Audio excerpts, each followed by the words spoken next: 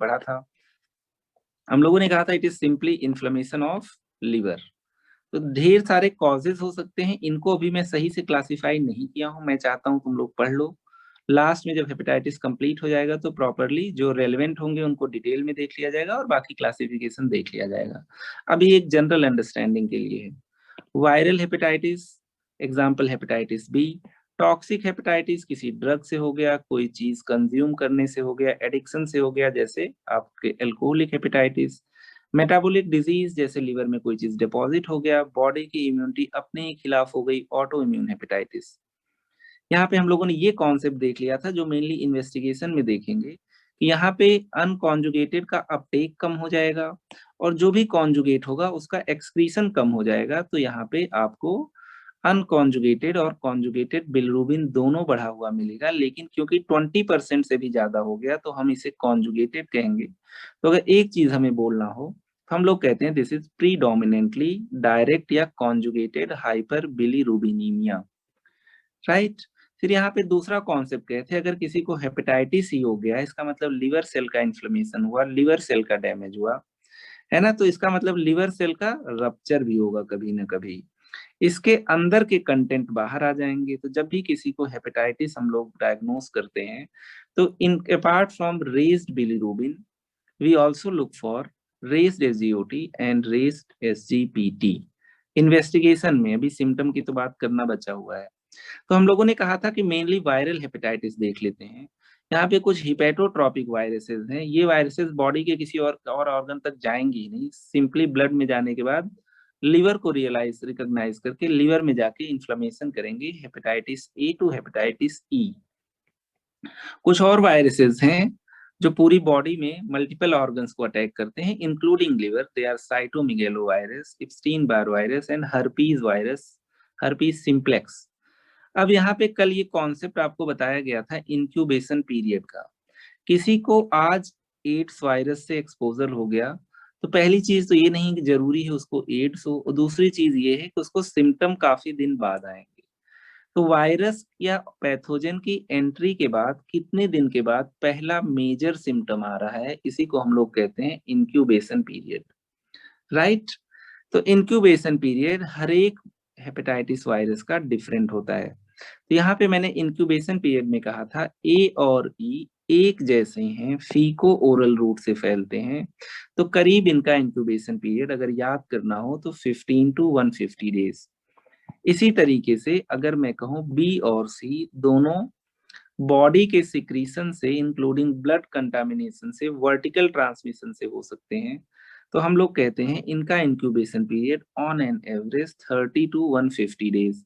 Hepatitis D अकेले survive नहीं करता है, जिनको हेपेटाइटिस बी होता है उन्हीं को हेपेटाइटिस डी का भी अटैक हो सकता है को इन्फेक्शन या सुपर इन्फेक्शन के फॉर्म में। तो हेपेटाइटिस डी को जब हम लोग हेपेटाइटिस बी पढ़ेंगे तो उसी में इंक्लूड कर लेंगे, ठीक है। आइसोलेशन में किसी को आप लोग नहीं सुने होंगे कि हेपेटाइटिस डी हो गया हो, बी हुआ होगा तो हम लोग कह सकते हैं कि उसके ऊपर हेपेटाइटिस डी हो गया। को इन्फेक्शन या सुपर इन्फेक्शन की बात करेंगे जब हेपेटाइटिस बी और डिटेल में पढ़ेंगे। आइए हम लोग एक बार और देख लेते हैं basics of viral hepatitis. Basics of viral hepatitis, काफी कुछ चीजें हम लोग ऑलरेडी देख लिए हैं कि क्या क्या, जैसे कॉन्जुगेटेड बिल बढ़ेगा, अनकॉन्जुगेटेड, या क्या क्या पैथोफिजियोलॉजी है, ओटीपीटी। तो आज हम लोग देख लेते हैं जो भी डिफरेंट टाइप के आपके हेपेटाइटिस के वायरसेस हैं हिपेटोट्रॉपिक वाले, कैसे फैलते हैं क्या है, उसके बाद लेके चलेंगे डिस्कशन हेपेटाइटिस बी की तरफ, फिर क्लिनिकल फीचर देखेंगे और हेपेटाइटिस बी वायरस के बारे में जानेंगे, फिर हेपेटाइटिस बी की डायग्नोसिस वगैरह कैसे बनेगी उस पे जाएंगे, ठीक है। आइए basics of hepatitis B virus में, हेपेटाइटिस में हम लोग चलते हैं, एक डायग्राम की हेल्प लेते हैं।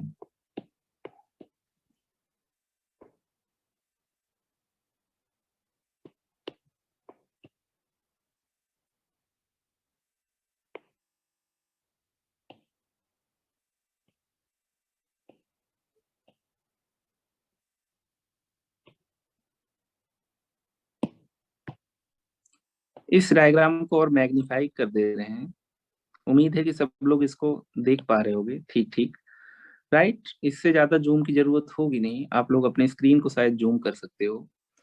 तो यहाँ पे अगर मैं दिखाना चाहूँ तो आपके पास इस तरीके से हेपेटाइटिस ए से लेके हेपेटाइटिस ई तक के वायरसेस हैं, राइट। वायरस में चाहे डीएनए होगा या आरएनए होगा, दोनों नहीं होंगे। ए और ई काफी सिमिलर हैं, ए और ई। तो दो चीज यहाँ पे हम लोग कहते हैं, एक तो ये फीको ओरल रूट से हैं, मतलब कंटामिनेटेड फूड और वाटर से जाएंगे, फीको ओरल रूट डिफरेंसेस पूछे जाते हैं। और दूसरा इनका जो इंक्यूबेशन पीरियड है, हम लोगों ने कह दिया था करीब 15 टू 60 डेज या 50 डेज करके याद करें तो ज्यादा एक्यूरेसी है, राइट। और बीच के हम लोगों ने कहा था कि ये आपके ब्लड या बॉडी सिक्रीशन से फैलेंगे, ब्लड से एंड बॉडी सिक्रीशन से, ठीक है, ट्रांसमिट होंगे या वर्टिकल ट्रांसमिशन होगा। हम लोगों ने कहा था कि ये फीको ओरल रूट से नहीं फैलेगा, right. Blood and body secretion, जब एक एक टाइप की हेपेटाइटिस देखेंगे तो बिल्कुल डिटेल में जाएंगे, ठीक है। चलिए, तो यहाँ पे हम लोगों ने कहा है कि ए और ई कुछ मामलों में सिमिलर हैं। ए बच्चों में ज्यादा होता है, ई प्रेग्नेंट फीमेल्स में ज्यादा सीवियर हो जाता है, राइट। तो यहाँ पे कुछ चीजें हाईलाइट करते हुए चलते हैं। फीको ओरल रूट, फीको ओरल रूट, बाकी में ब्लड और कुछ आपके बॉडी फ्लूइड से, ठीक है। एक डिफरेंस हम लोगों ने यूनिवर्सल देख लिया, ए और ई फीको ओरल रूट से हैं, बहुत ही सिंपल है। फिर दूसरी चीज मैं कह रहा था इंक्यूबेशन पीरियड, ऊपर वाली स्लाइड में मैंने इसको रिवाइज करा दिया है, जो मोस्ट एक्सेप्टेबल आपका वो है ए और ई का 15 टू 50 डेज, बी और सी का 30 से लेके 150 डेज ऑन एन एवरेज, ठीक है। इसके अलावा देखिए एक और यहाँ पे पॉइंट है, अगर वैक्सीन की बात किया जाए तो ए और बी के अगेंस्ट हमने बना लिया है, ठीक है। लेटेस्ट वैक्सीन कोरोना के अगेंस्ट बनाया है, आप लोगों को पता है। इसके अलावा अगर किसी से कैंसर हो सकता है या किसी में क्रॉनिक हेपेटाइटिस भी हो सकता है, ये आपके बी सी डी ज्यादा कॉमन है, ठीक है। तो यहाँ पे केवल हम लोग बेसिक्स देख रहे हैं। तो बेसिक्स में हम लोग पहले कहेंगे, बेसिक्स में only hepatitis B is a DNA containing virus. Virus में चाहे आरएनए होगा चाहे डीएनए होगा, दोनों नहीं होगा, ठीक है। Only hepatitis B is a DNA containing virus, all others are RNA virus. हम लोग सबको इंडिविजुअली पढ़ेंगे, लेकिन एक जनरल बेसिक स्टडी कर ले रहे हैं। All others are RNA viruses, ठीक है। Only hepatitis B is DNA containing virus. तो इसका मतलब जब हम लोग इन्वेस्टिगेशन कराएंगे तो हेपेटाइटिस बी वायरल डीएनए देखेंगे, आरएनए नहीं देखेंगे, ठीक है। इससे ये पता चल जाएगा कितना वायरस रेप्लिकेट हुआ है बॉडी में। दूसरी चीज अगर मैं आपसे कहूं, 1 लिख लेते हैं। सेकेंड में आपसे कहा जाए कि A and E are transmitted by faeco oral route, A and E are transmitted by feco-oral route, whereas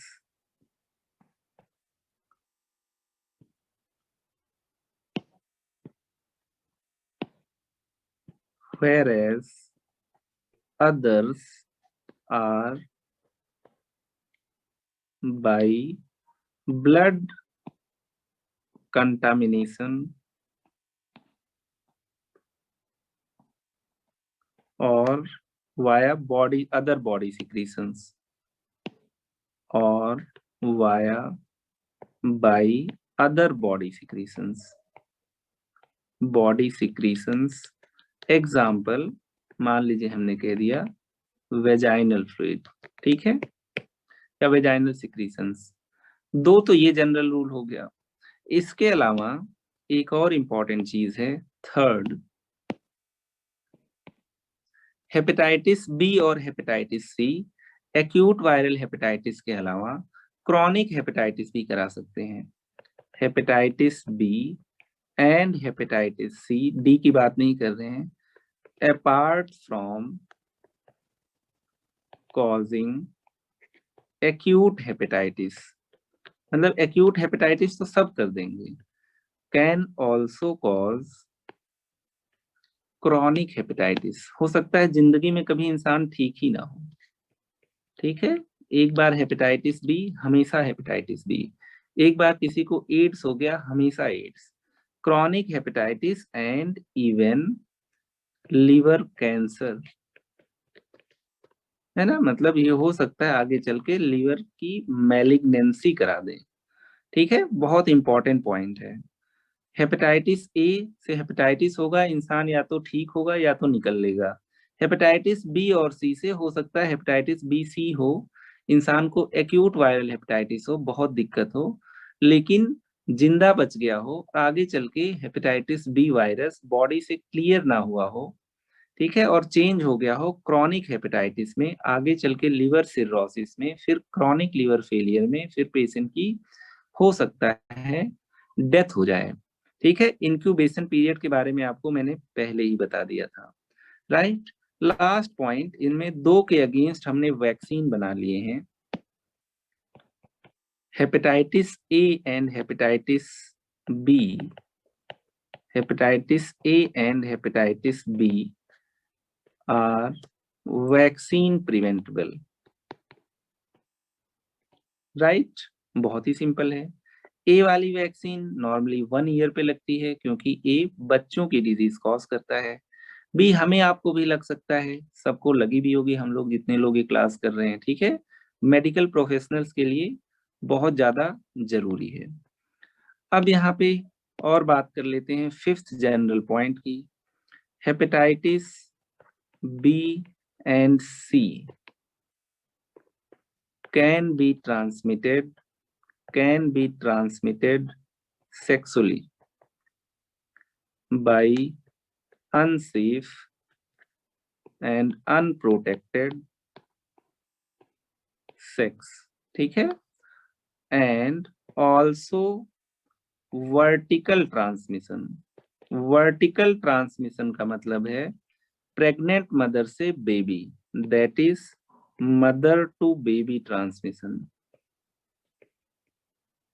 इसी को हम लोग कहते हैं vertical transmission, mother to baby transmission.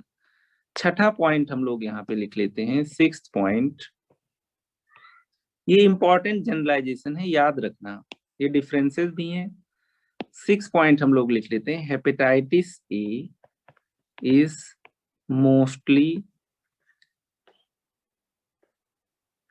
In children, ठीक है, और एक बार हेपेटाइटिस ए हो गया तो इसके अगेंस्ट इम्यूनिटी हो गई, तो हमें तुमको हेपेटाइटिस ए होना बहुत रेयर है, ठीक है, चिल्ड्रेन की डिजीज है हेपेटाइटिस ए।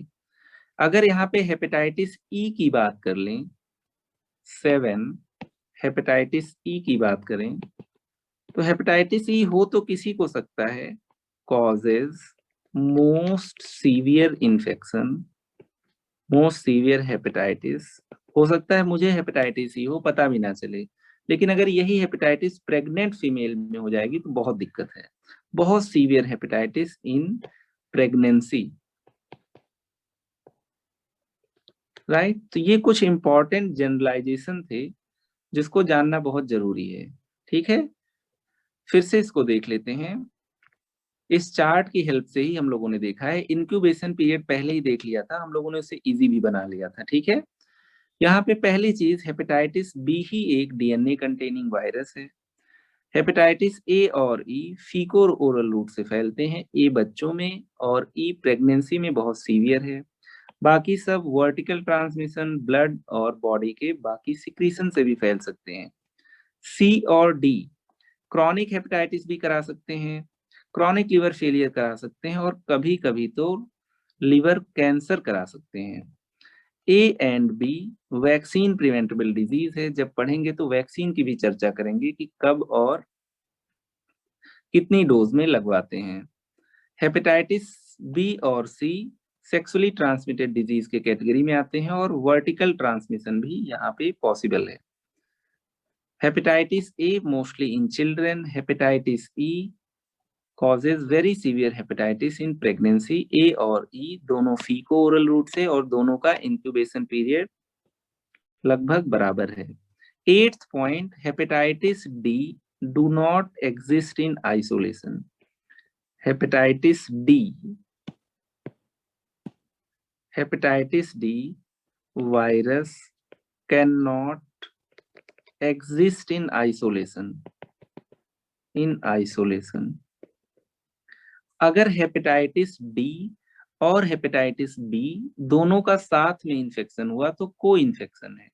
किसी को ऑलरेडी हेपेटाइटिस बी है और उसके बाद उसको हेपेटाइटिस डी भी कभी हो गया तो हम लोग कहते हैं सुपर इन्फेक्शन है. Of course super infection is very dangerous. इन सब की भी बातें करेंगे. हेपेटाइटिस डी वायरस रिक्वायर्स किसका requires hepatitis B virus for survival. Hepatitis D virus requires hepatitis B virus for multiplication. ठीक है, इसका मतलब हेपेटाइटिस डी किसी को अकेला नहीं होगा. अगर कोई हेपेटाइटिस डी पॉजिटिव आता है तो इसका मतलब वो हेपेटाइटिस बी तो पॉजिटिव है ही.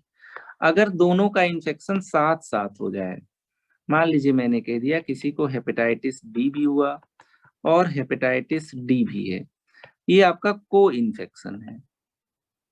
को इन्फेक्शन बात करेंगे को इन्फेक्शन की. ठीक है, अगर ऐसा हुआ कि किसी को पहले हेपेटाइटिस बी था, आगे चल के उसको हेपेटाइटिस डी भी हो गया, तो ये आपका सुपर इन्फेक्शन कहलाता है ना. This is super infection of hepatitis D.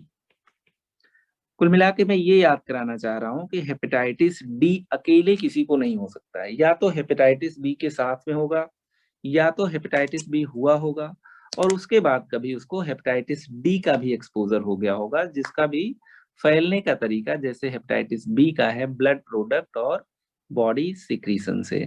तो यहाँ तक हम लोगों ने हेपेटाइटिस का एक जनरलाइजेशन देख लिया है.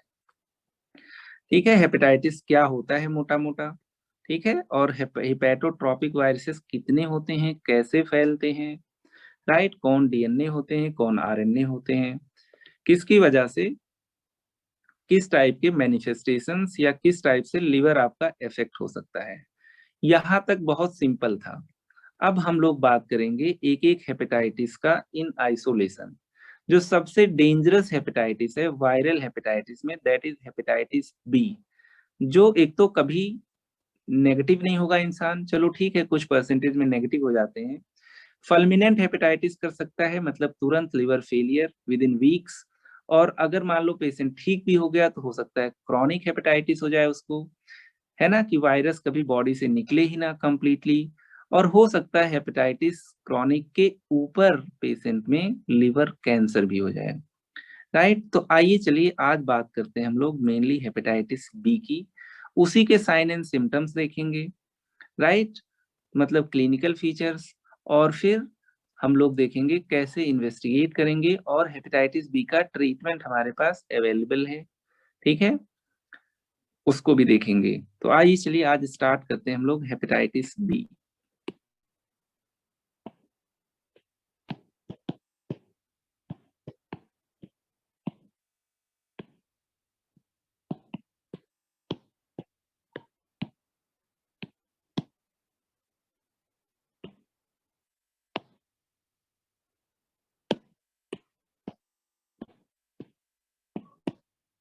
बहुत ही इंपॉर्टेंट डिजीज है हेपेटाइटिस बी.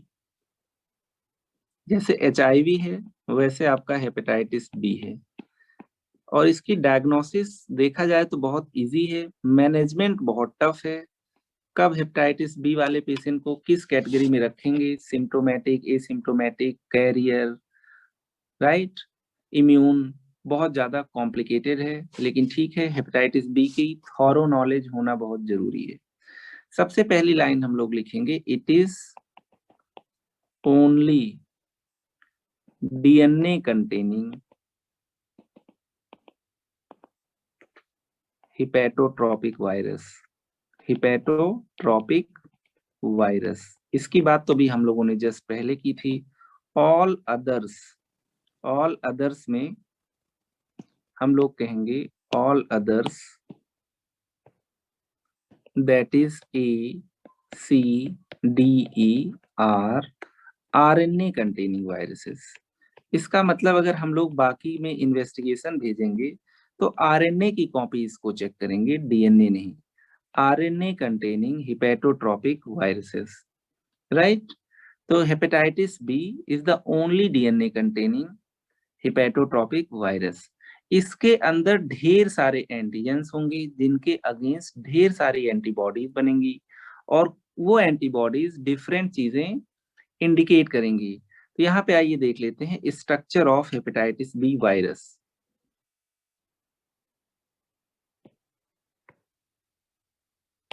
ये बहुत इंपॉर्टेंट डायग्राम है कि कैसा ये हेपेटाइटिस बी वायरस दिखता है।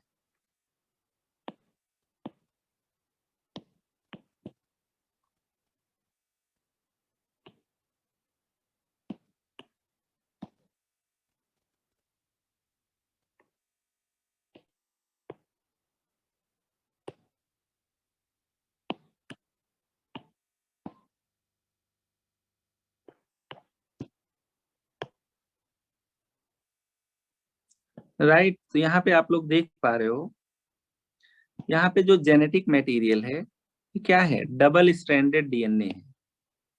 ठीक है, ये आरएनए वायरस नहीं है, डीएनए वायरस है। आगे चल के जब किसी को हेपेटाइटिस बी का इन्फेक्शन होता है तो हम लोग देखते हैं कितनी 1000 कॉपीज उसकी बॉडी में है। जितना ज्यादा वायरल लोड होगा उतना ज्यादा पेशेंट में सिम्टम्स होंगे, या उतना ज्यादा अनलाइकली है रिकवरी की, या उतना ज्यादा लिवर डैमेज होगा। क्योंकि अगर ये लिवर में रेप्लिकेट करेगा, लिवर में सरवाइव करेगा, तो लिवर सेल्स में उतना ही ज्यादा इन्फ्लेमेशन होगा, उनकी डेथ होगी। तो ये एक डीएनए कंटेनिंग वायरस है, ओनली डीएनए कंटेनिंग। अब यहाँ पे देखो कुछ चीजें मैं मार्क करवाना चाह रहा हूँ। पहली चीज, यहाँ पे ढेर सारे एंटीजेंस हैं। अगर यहाँ पे पहले एंटीजन की मैं बात करूं तो सरफेस एंटीजन, अगर कोई हेपेटाइटिस बी सरफेस एंटीजन से पॉजिटिव है, इसका मतलब उसको हेपेटाइटिस बी डिजीज है। ठीक है, तो ये सरफेस एंटीजन है HBsAg, राइट। इसके अलावा एक और एंटीजन होता है जो सरफेस के अंदर होगा, ये कोर होता है। कोर में दिस इज कोर एंटीजन, ये कभी ब्लड में नहीं आता है। इसके अलावा एक और एंटीजन होता है हेपेटाइटिस बी का ई एंटीजन, HBeAg, राइट। तो ये सब आपके वायरस या इंफेक्शन हेपेटाइटिस बी की डायग्नोसिस में हेल्प कर देते हैं। अगर मान लीजिए किसी को हेपेटाइटिस बी वायरस है तो उसका डीएनए भी ब्लड में मिलेगा। ये चार चीजों से रिलेटेड चीजों को पिक करके हम लोग आगे चल के हेपेटाइटिस बी की डायग्नोसिस बनाएंगे। ठीक है, तो इसके ऊपर हम लोग कह देते हैं, इस तरीके का अगर एक हैंडमेड डायग्राम बनाया जाए तो सरफेस पे एक एंटीजन है जिसको हम लोग कहते हैं hepatitis B surface antigen, right. इसके अंदर इस वायरस का कोर टाइप स्ट्रक्चर है, कोर। यहाँ पे एक एंटीजन मिलेगा, हम लोग कह देते हैं कोर एंटीजन HBcAg, राइट। सी को स्मॉल लिख लेते हैं। कोर एंटीजन, अभी बात करेंगे इनकी, जान लेना बहुत जरूरी है। हेपेटाइटिस बी कोर एंटीजन, ठीक है, इसका कुछ अलग इंपॉर्टेंस होगा। इन्हीं के बीच में एनवेलप लाइक स्ट्रक्चर होता है, एक और एंटीजन होता है हेपेटाइटिस बी एनवेलप एंटीजन या हेपेटाइटिस बी ई एंटीजन। ठीक है, और यहाँ पे बीच में आपका क्या होगा, डबल स्ट्रैंडेड डीएनए होगा, राइट। ये भी कभी कभी ब्लड में आ जाएगा, कभी कभी क्या ब्लड में आना ही है। ये आपका हो गया HBV डीएनए। जब किसी को वायरस का इसका इन्फेक्शन होगा तो हम ये सारे एंटीजेंस इस पेशेंट की बॉडी में देखेंगे और इनके टाइटर्स भी देखेंगे। यहाँ पे पहली चीज जो हम लोग नोटिस करते हैं, this is hepatitis B virus DNA, HBV DNA. ठीक है, डीएनए कंटेनिंग वायरस है। ठीक है, फॉरेन डीएनए है, तो ये भी बॉडी के लिए एक तरीके से क्या है, फॉरेन या फॉरेन एंटीजन है, फॉरेन मटेरियल है। दूसरी चीज हम लोग कहते हैं यहाँ पे सरफेस पे एक एंटीजन होता है जिसको हम लोग कहते हैं हेपेटाइटिस बी सरफेस एंटीजन। तीसरी चीज हम लोग यहाँ पे कहते हैं, ये कभी ब्लड में नहीं आता, कोर एंटीजन। कोर के अंदर कुछ प्रोटीन्स होती हैं जो एंटीजेनिक होती हैं, हम लोग कहते हैं कोर एंटीजन। बहुत रेलेवेंट है ये सारी चीजें। फिर लास्ट में हम लोग कहते हैं कोर और सरफेस के बीच में कुछ और एंटीजेंस होते हैं जिसको हम लोग ई एंटीजन कहते हैं या एनवेलप एंटीजन कहते हैं। ई या एनवेलप एंटीजन, एनवेलप एंटीजन। अगर कोई हेपेटाइटिस बी का सस्पेक्टेड पेशेंट होगा तो हम लोग ये एंटीजेंस उसमें देखना चाहेंगे।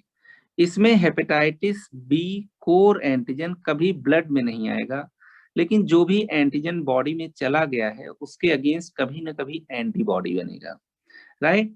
तो यहाँ पे हम लोग कहते हैं वायरस का स्ट्रक्चर है कुछ इस टाइप का। वायरस कोई भी हो, या तो उसमें डीएनए होगा या तो आरएनए होगा। तो ये इस तरीके से इस वायरस के स्ट्रक्चर में सबसे बाहर सरफेस है, फिर कोर है, फिर अंदर आपके डबल स्ट्रैंडेड डीएनए है, कुछ एंजाइम्स हैं। जब ये वायरस किसी की बॉडी में जाएगा तो ये एंटीजेंस उसके ब्लड में पाए जाएंगे, चाहे सरफेस हो चाहे ई एंटीजन हो। और ये डीएनए भी उसकी बॉडी में पाया जाएगा, जब वायरस है तो डीएनए भी होगा, राइट। एक एंटीजन और होता है कोर एंटीजन। ये वायरस ये आपके ब्लड में कभी नहीं मिलेगा, लेकिन इसके अगेंस्ट जो एंटीबॉडी बनेगी उसको हम ब्लड में पिक कर लेंगे और वो बहुत इंपॉर्टेंट एंटीबॉडी है।